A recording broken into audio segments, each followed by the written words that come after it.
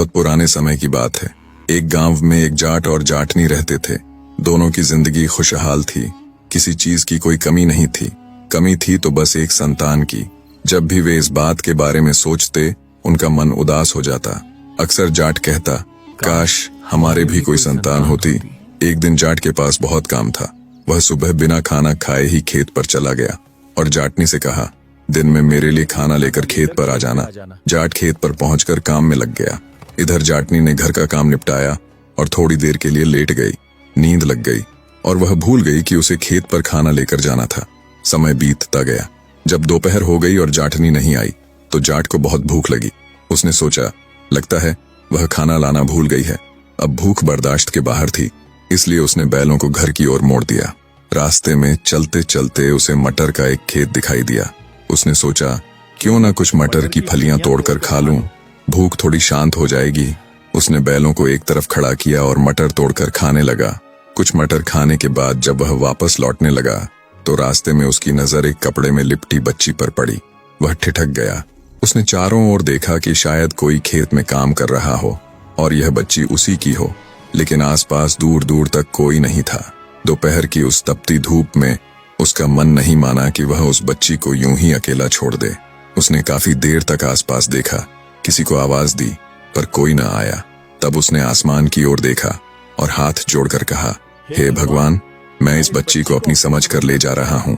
अगर इसके माता पिता हों तो कृपया मुझे इसकी खबर दिला देना, अन्यथा मैं इसे अपनी संतान मानकर पाल लूंगा। इतना कहकर उसने बच्ची को उठाया और घर की ओर चल पड़ा। घर पहुंचकर उसने बच्ची को जाटनी की गोद में रख दिया। जाटनी ने पूछा, यह कौन है और कहां से लाए हो? जाट ने कहा, शायद ये भगवान का हमारे लिए आशीर्वाद है। मैं खेत में मटर खा रहा था, तभी मुझे यह मिली। मैंने बहुत खोजा पर कोई नहीं मिला, इसीलिए इसे अपने साथ ले आया। जाटनी बोली, तुमने बहुत अच्छा किया। इतनी नन्ही सी जान अगर वहां अकेली रह जाती तो कोई जानवर उसे नुकसान पहुंचा सकता था। पाप तो हमें ही लगता। इस तरह दोनों ने उस बच्ची को अपना लिया और उसका लालन पालन करने लगे। कुछ दिनों बाद जाट ने कहा, अब हमें इस बच्ची का क्या नाम रखना चाहिए? जाटनी ने कहा, यह हमें भगवान के आशीर्वाद से प्राप्त हुई है। हमारी आंखों का तारा है, इसलिए हम इसका नाम तारावती रखेंगे। जाट को यह नाम बहुत अच्छा लगा। उसने प्रसन्न होकर कहा, बहुत ही सुंदर नाम है। इसके बाद दोनों ने उस बच्ची की खूब देखभाल की। वे उसे अपने प्राणों से भी अधिक चाहते थे। समय धीरे धीरे बीतता गया और तारावती अब बड़ी होने लगी। उसकी हंसी, उसकी बातें घर में खुशियां भर देती, लेकिन किस्मत को शायद कुछ और ही मंजूर था। एक दिन जाट और जाटनी अपने खेतों में काम कर रहे थे। उन्होंने तारावती को घर पर अकेला छोड़ दिया था। दोपहर की तपती धूप में अचानक खेत के एक बड़े बिल में से एक नाग निकल कर आया। किसी को संभलने का मौका भी नहीं मिला। नाग ने पहले जाट को और फिर जाटनी को डस लिया। आसपास दूर दूर तक कोई नहीं था।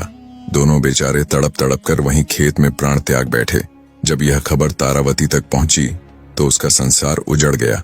उसने अपने माता पिता के शवों को गले लगाकर खूब रोई, पर अब क्या हो सकता था? होने को यही मंजूर था। अब उसका ध्यान पड़ोसियों ने रखना शुरू किया। पड़ोसी बहुत नेक दिल लोग थे। उन्होंने उसे अपनी बेटी की तरह पाला। धीरे धीरे समय बीता और जब तारावती जवान हुई तो उन्होंने उसकी शादी एक फौजी युवक से कर दी। वह फौजी भी अनाथ था, न माता न पिता। शादी के कुछ ही समय बाद फौजी को ड्यूटी पर जाना पड़ा। तारावती ससुराल में अकेली रह गई। कई महीने बीत गए और जब फौजी छुट्टी पर घर लौटा तो तारा ने उससे कहा, देखो जी, आप तो ड्यूटी पर चले जाते हो और महीनों तक नहीं आते। मेरा यहाँ मन नहीं लगता। क्यों ना मैं अपने मायके चल जाऊं? वहां मेरे पड़ोसी हैं जो मेरे अपने जैसे हैं। समय भी आसानी से कट जाएगा। आप भी वहीं मेरे साथ रह सकते हो। फौजी ने कुछ देर सोचा, फिर मुस्कुराकर बोला, ठीक है, जैसा तुम उचित समझो। तब तारावती ने अपना सारा सामान समेटा और अपने मायके लौट आई। धीरे धीरे यूं ही समय बीतता गया। एक दिन की बात है, तारावती अपनी सखियों के साथ कुएं पर पानी भरने गई। उस समय रहट से ही पानी निकाला जाता था। कुएं की एक ओर ऊंची दीवार बनी थी। उसी दीवार के पीछे एक चोर छिपा बैठा था। वह चुपचाप उन सबकी बातें सुन रहा था। सभी सहेलियां आपस में हंसी मजाक कर रही थीं, अपने घर परिवार की बातें कर रही थीं। कोई अपने पति का जिक्र करती, कोई अपने भाई का। पास ही तीज और राखी का त्योहार आने वाला था। उसी दौरान तारावती ने गहरी सांस लेते हुए कहा, काश मेरा भी कोई भाई होता तो मेरे लिए तीज लाता, मैं भी उसे राखी बांधती। चोर ये बात ध्यान से सुन रहा था।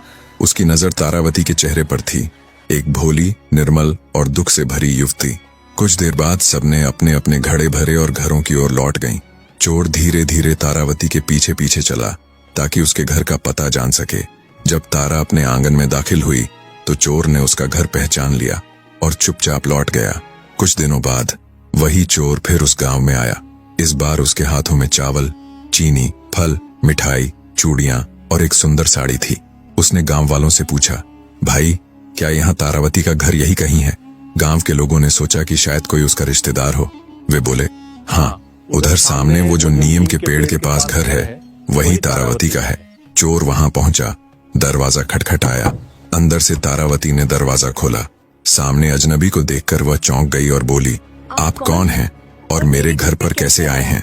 तभी चोर ने कहा, मैं तारावती का भाई हूँ और मुझे उससे मिलना है। तारावती ने आश्चर्य से उसकी ओर देखा और बोली, मैं ही हूँ तारावती, लेकिन मेरा तो कोई भाई नहीं है। चोर ने तुरंत जवाब दिया, नहीं बहन, मैं ही तेरा असली भाई हूँ। जब तू 3 महीने की थी और हमारे माता पिता खेतों में काम करने गए थे, तब एक जानवर तुझे उठा ले गया था। उस समय मैं केवल 6 साल का था। हमने तुझे बहुत ढूंढा पर तू कहीं नहीं मिली। आज माँ को पता चला है कि तू इस घर में रहती है, इसीलिए उन्होंने मुझे तुझे लेने के लिए भेजा है। देख, माँ ने तेरे लिए क्या क्या सामान भेजा है, चावल, चीनी, फल, चूड़ियां, साड़ी और मिठाई भी। माँ की तबीयत ठीक नहीं है, वो तुझसे मिलना चाहती है। तू 2 दिन माँ के पास रुक जा, फिर मैं तुझे खुद छोड़ जाऊंगा। आगे तेरी मर्जी। तारावती की आंखों में चमक आ गई। वह भावुक होकर बोली, ठीक है भाई, मैं चलती हूँ। उसने सामान देखा तो उसका हृदय खुशी से भर गया। वह फूली नहीं समाई। उसने पड़ोस में जाकर मिठाई और फल बांटे और गर्व से कहा, देखो मेरा भाई मेरे लिए क्या क्या लाया है। रात को तारावती ने उस चोर को अपना भाई समझकर खूब खातिरदारी की। उसे भोजन कराया, बिस्तर लगाया और स्नेह से कहा, भैया कल सुबह जल्दी चलेंगे। सुबह हुई तो तारावती तैयार होकर चोर के साथ चल पड़ी। उसके मन में अपनी माँ से मिलने की बड़ी उत्कंठा थी। घर का ताला लगाकर उसने अपनी पड़ोसन से कहा, भाभी मैं अपने भाई के साथ मायके जा रही हूँ माँ से मिलने। अगर मेरा पति आ जाए तो यह चाबी उन्हें दे देना। इतना कहकर वह अपने तथाकथित भाई के साथ चल दी। कुछ दूर जाने के बाद तारावती को प्यास लगी। उसने कहा, भैया जरा पानी पिला दो। चोर बोला, थोड़ा आगे एक कुआं है, वहीं से पिला दूंगा। वह थोड़ी देर और चली, फिर बोली, भैया अब तो बहुत प्यास लगी है। चोर फिर बोला, थोड़ा और चलो बहन, आगे बड़ा मीठा पानी है। ऐसे ही 3-4 बार जब तारावती ने पानी मांगा तो हर बार चोर उसे टाल देता। जब वे उसके गांव के पास पहुंचे तो तारावती ने फिर कहा, भैया अब तो कोई गांव भी आ गया है, यहाँ तो मुझे पानी पिला दो, बहुत जोर की प्यास लगी है। इतना सुनकर चोर का चेहरा अचानक बदल गया। उसने गुस्से से कहा, बस कर, कब से भाई भाई की रट लगा रखी है? मैं तेरा कोई भाई वाई नहीं हूँ, समझी? तारावती का चेहरा पीला पड़ गया। उसे समझ आ गया कि बात में कोई गड़बड़ है। अब तो उसके मन में भय समा गया। थोड़ी देर बाद जब चोर अपने घर पहुंचा तो वहां उसकी माँ खाट पर बैठी थी। उसने अपने बेटे को देखा और बोली, अरे बेटा, तू तो बहुत सुंदर लड़की लेकर आया है, कौन है यह? चोर ने मक्कारी भरी हंसी हंसते हुए कहा, देखो माँ, ये तुम्हारी बहू है। मैं तुम्हारे लिए कितनी सुंदर बहू लाया हूँ। तारावती ने हैरानी से उसकी ओर देखा और बोली, क्या तुमने तो मुझे अपनी बहन कहा था? चोर दुष्ट हंसी हंसते हुए बोला, हाँ, मैंने झूठ कहा था। जब तुम कुएं पर पानी भरने गई थी तभी मैंने तुम्हें देखा था। तुम मुझे बहुत पसंद आई, इसलिए मैं तुम्हें बहाने से यहाँ ले आया। इतना कहते ही 4 और चोर जो उसके भाई थे वहां आ गए। उनमें से एक का नाम कान्हा था। सबने तारावती को देखा तो उसकी सुंदरता देखकर एक दूसरे से कहने लगे, मैं इससे शादी करूंगा। नहीं, मैं करूंगा। चारों आपस में झगड़ने लगे। तभी उनकी माँ ने कहा, अरे इस लड़की के लिए आपस में मत लड़ो, तुम सब चोरी करते हो ना। अब की बार जब चोरी करने जाओगे, जो सबसे ज्यादा कीमती सामान लेकर आएगा, मैं उसी के साथ इसकी शादी करवा दूंगी। सब चोर खुशी से उछल पड़े। उनमें होड़ मच गई, मैं सबसे कीमती सामान लाऊंगा। नहीं, मैं लाऊंगा। वे सब चोरी करने निकल गए। अब तारावती घर में अकेली रह गई, केवल चोरों की माँ के साथ। उसने सोचा, ये तो सब चले गए हैं, अब मौका है कि किसी तरह यहाँ से निकलने की कोई जुगत लगाऊं। एक दिन चोरों की माँ ने मुस्कुराते हुए कहा, बिटिया, तू तो बहुत सुंदर है। तेरे बाल कितने लंबे, काले और घने हैं। तू ऐसा क्या करती है? तारावती ने धीरे से मुस्कुरा कर कहा, कुछ नहीं अम्मा जी, मैं बस अपने शरीर और बालों का थोड़ा ध्यान रखती हूँ। आइए मैं आपके भी बाल बना दूं। अम्मा खुश होकर बोली, ठीक है बेटी, बना दो। तारावती ने उनके बाल खोले, उनमें कंघी करने लगी। चोरों की माँ को बहुत अच्छा लगने लगा। तभी तारावती बोली, अम्मा जी, आपके सिर में तो बहुत जुएं हैं और बाल भी बहुत मैले हैं, आप नहाती नहीं क्या? चलिए मैं आपको नहला देती हूँ। चोरों की माँ हंसकर बोली, चलो बेटी, आज तुम ही नहला दो। तारावती ने तुरंत चूल्हे में आग जलाई। एक बड़े भगोने में पानी भरकर उसे गर्म होने के लिए रख दिया। जब पानी खूब उबलने लगा तो उसने धीरे से कहा, अम्मा जी, आपके नहाने के साफ कपड़े कहाँ रखे हैं? चोरों की माँ ने बताया, अंदर संदूक में रखे हैं, ये लो मेरी चाबी। यह कहते हुए उसने अपनी कमर में बंधी चाबी खोलकर तारावती को दे दी।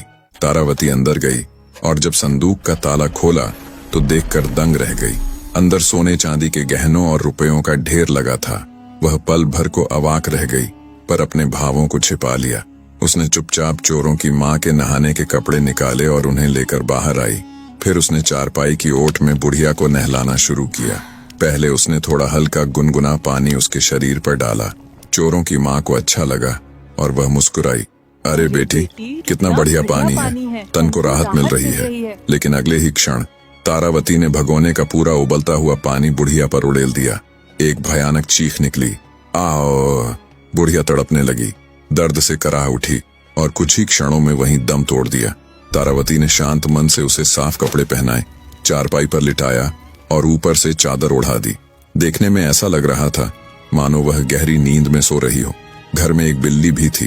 तारावती ने उस बिल्ली को आटा पीसने वाली चक्की से बांध दिया। बिल्ली इधर उधर भागने लगी तो चक्की उसके साथ घूमने लगी। अब तारावती ने जल्दी से सारा कीमती सामान, सोना, चांदी, गहने, सिक्के सब इकट्ठा किया और उन्हें चोरों की बैलगाड़ी में रख लिया। फिर वह अपने गांव की ओर चल पड़ी। जब वह अपने गांव पहुंची तो लोग हैरान रह गए। सब कहने लगे, देखो, तारा की माँ ने तो उसे बहुत सारा धन और जेवर दिए हैं, पर तारावती ने किसी को कुछ नहीं बताया, बस मुस्कुराई और भीतर चली गई। उधर जब चोर चोरी करके वापस अपने घर पहुंचे तो उन्होंने देखा कि दरवाजा तो बंद है, लेकिन अंदर से आटा पीसने की आवाज आ रही है। एक बोला, लगता है तारावती हमारे लिए खाना बना रही है, आटा पीस रही होगी। जब उन्होंने झांक कर देखा तो चारपाई पर उनकी माँ लेटी हुई थी। सबको लगा माँ सो रही है। कुछ देर बाद उन्होंने आवाज लगाई, माँ, माँ उठो, देखो हम आ गए। लेकिन जब बहुत पुकारने पर भी कोई जवाब न मिला तो वे कमरे का दरवाजा तोड़कर अंदर गए। अंदर का दृश्य देख उनके पैरों तले जमीन खिसक गई।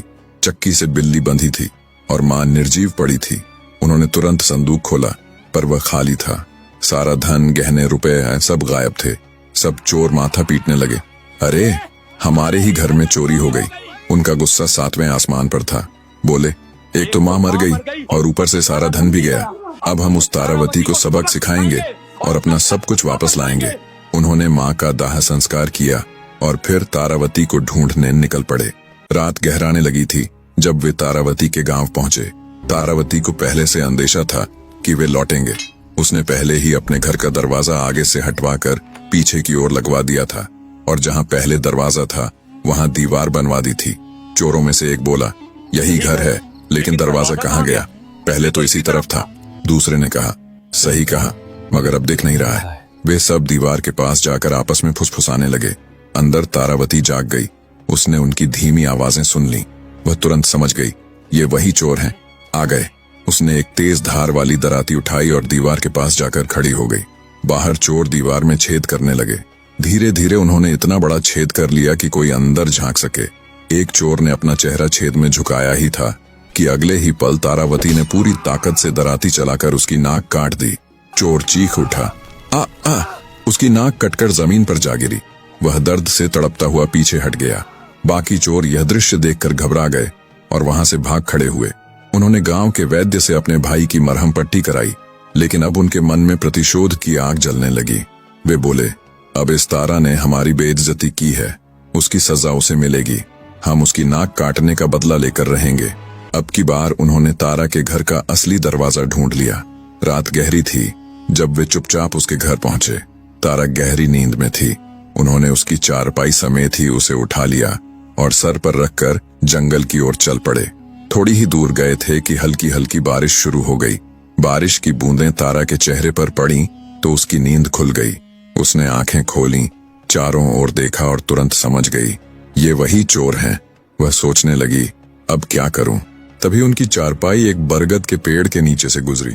तारावती ने झट से पेड़ की एक मोटी शाख पकड़ ली और ऊपर चढ़ गई।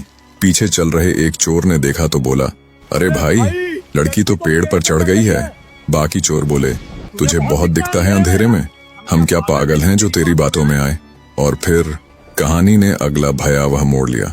तब आगे चोर ने कहा, एक बार देखो तो सही। चोरों ने चारपाई को नीचे उतार कर देखा तो तारावती सचमुच उस पर नहीं थी। अब उन्होंने पेड़ पर देखा तो उन्हें अंधेरे में कुछ भी दिखाई नहीं दिया। एक चोर बोला, देखो भैया, वो बैठी है। बाकी चोरों ने उससे कहा, तेरी नजर अगर इतनी ही तेज है तो तू ही ऊपर चढ़ और उसे नीचे लेके आ, फिर हम सब उसे बताएंगे। चोर ऊपर चढ़ गया। जब वह पत्तों में छुपी हुई तारावती के पास पहुंचा तो तारावती ने चोर के मुंह पर ऐसी जोरदार लात मारी कि उसकी जीभ दांतों के बीच आ गई और वह धड़ाम से नीचे गिर पड़ा। उस बेचारी की जीभ कट गई और वह दर्द से कराहता रहा। बाकी भाइयों ने कहा, हमने कहा था ना कि वह वहां पर नहीं है, हमें तो कुछ दिखाई ही नहीं देता। चोर रोते हुए इशारों में बताने लगा, भाई, उसी ने मुझे लात मारी है, ऊपर ही बैठी है। बाकी लोग सोचने लगे कि यह कोई भूत प्रेत की बात कर रहा है। साफ साफ कुछ नहीं दिख रहा था। सभी डर कर वहां से भाग गए। बाद में जब उन्होंने अपने बेचे हुए भाई की जीभ कटने की बात सुनी तो वैद्य से दवा करवाई। जब वह ठीक हुआ तो पांचों भाई फिर एक रात तारावती के घर में आए।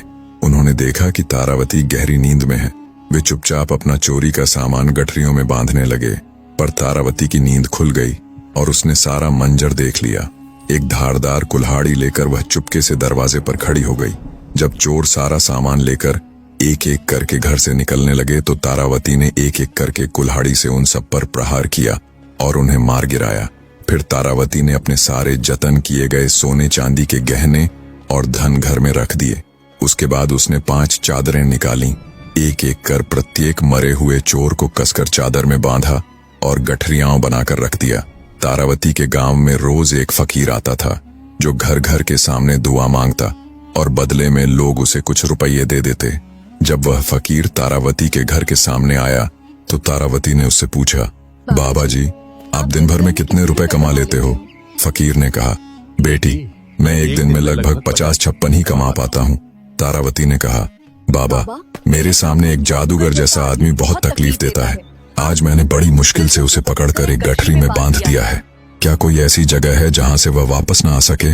अगर आप उसे वहाँ फेंक दें तो मैं आपको 500 रुपया दूंगी। फकीर के मन में लालच आ गया। उसने मन ही मन सोचा, 500 रुपये तो बहुत हैं, इतना तो मैं कई दिनों में भी नहीं कमा पाता। वह बोला, लाओ बेटी, इस जादूगर के बच्चे को मैं अभी नदी में फेंक कर आता हूँ। तारावती ने गंभीर स्वर में कहा, पर बाबा, ध्यान रखना, इसे किसी गहरी जगह ही फेंकना। अगर पानी कम हुआ तो ये फिर वापस आ जाएंगे। फकीर बोला, बेटी, तुम चिंता मत करो, मैं ऐसा ही करूंगा। फकीर ने वह गठरी उठाई जिसमें तारावती ने एक चोर को बांध रखा था। वह उसे लेकर नदी किनारे गया और बिना देर किए वह गठरी नदी में फेंक दी। फिर संतोष से मन ही मन बोला, अब यह कभी लौट कर नहीं आएगा। इसके बाद वह 500 रुपये का इनाम लेने तारावती के पास लौटा। लेकिन जैसे ही उसने घर के आंगन में कदम रखा, उसकी नजर पड़ी, वहां वैसी ही एक और गठरी रखी थी। उसके बोलने से पहले ही तारावती बोली, देखा बाबा, मैंने कहा था ना, इसे ऐसी जगह फेंकना जहां से ये वापस ना आ सके। पर ये तो फिर लौट आया। फकीर की आंखें फटी की फटी रह गईं। उसने गठरी देखी और सोचने लगा, ये कैसे हो गया? फिर बोला, बेटी, लगता है मैं उतनी गहरी जगह पर नहीं फेंक पाया। इस बार मैं इसे और गहरे पानी में फेंकूंगा। वह फिर गठरी उठा ले गया और पहले से ज्यादा दूर और गहरे हिस्से में उसे फेंक दिया। वापस आया और बोला, लो बेटी, अब तो काम पूरा हुआ, अब कोई नहीं लौटेगा। पर तारावती ने तीसरी गठरी लाकर रख दी और मुस्कुराकर बोली, देखा बाबा, ये तो फिर वापस आ गया। लगता है आप इसे गहरी जगह पर नहीं फेंकते हैं। फकीर को अब गुस्सा आ गया। बोला, अब की बार मैं इसे ऐसी जगह फेंकूंगा जहां से खुद यमराज भी इसे न निकाल सके। वह फिर गठरी उठाकर नदी किनारे पहुंचा और पूरी ताकत से उसे बहुत गहरे पानी में फेंक दिया। इस तरह वह 4 बार गठरियां फेंक चुका था। हर बार लौट कर देखता, एक वैसी ही गठरी तारावती के पास रखी होती। अब 5वीं बार जब वह एक गठरी उठाकर नदी की ओर गया तभी संयोग से एक पंडित स्नान कर चुका था और राम राम करता हुआ घर लौट रहा था। फकीर ने उसे देखा और समझ बैठा कि यही वह जादूगर है जो बार बार लौट आता है। वह चिल्लाया, अब की बार नहीं बच पाएगा, और पंडित को पीछे से पकड़ा और सीधा नदी में धकेल दिया। थोड़ी देर बाद फकीर हांफता हुआ तारावती के पास लौटा और बोला, बेटी, अब वो जादूगर कभी वापस नहीं आएगा। तारावती ने कहा, हाँ बाबा, लगता है इस बार आपने उसे सचमुच गहरी जगह में फेंका है, अब वह नहीं लौटेगा। फकीर ने गर्व से कहा, बेटी, मैंने उसे बहुत गहरे पानी में फेंका था, पर जानते हो, वो डूबने के बाद भी मेरे आगे आगे राम राम करता चल पड़ा। तब मैंने सोचा, अब इसे नहीं छोड़ूंगा। मैं तुरंत पीछे भागा और उसे फिर पकड़कर दूसरी बार नदी में फेंक दिया। अब की बार तो निश्चित ही वो नहीं लौटेगा। तारावती मुस्कुराई। उसने कहा, बाबा, आपने बहुत बड़ा उपकार किया है। ये लो, 500 नहीं, पूरे 1000 रुपए। फकीर खुशी से फूला नहीं समाया। उसने आशीर्वाद दिया और वहां से चला गया। कुछ दिनों बाद जब तारावती का पति फौज से छुट्टी लेकर घर लौटा तो तारावती ने पूरी कहानी उसे सुनाई, कैसे उसने अपनी सूझबूझ और साहस से उन 5 चोरों को खत्म किया। उसका पति उसकी बहादुरी सुनकर गर्व से भर गया। बोला, तूने अकेले वह कर दिखाया जो 5 सिपाही भी नहीं कर पाते। मैं तेरे इस साहस की कहानी फौज में सबको सुनाऊंगा। तारावती मुस्कुराई। उसकी आंखों में अब शांति थी और इस तरह वह बहादुर स्त्री जिसने अपनी बुद्धि, धैर्य और हिम्मत से पापियों का अंत किया, सदा के लिए लोगों की जुबान पर अमर हो गई। इस कहानी से हमें यह सीख मिलती है कि बुद्धि, साहस और धैर्य से बड़ी मुसीबत पर भी जीत हासिल की जा सकती है। तारावती जैसी निडर और समझदार स्त्री ने यह साबित किया कि विपत्ति के समय डरना नहीं चाहिए, बल्कि अपने दिमाग और हिम्मत का इस्तेमाल करना चाहिए। उसने अकेले अपने साहस से 5 निर्दयी चोरों का अंत किया और यह दिखाया कि सच्ची वीरता तलवार से नहीं, स्मार्ट सोच और हिम्मत से होती है। अगर आपको यह कहानी पसंद आई हो तो वीडियो को लाइक करें, चैनल को सब्सक्राइब करें और ऐसी ही और दिलचस्प कहानियां सुनने के लिए बेल आइकॉन को दबाना न भूलें।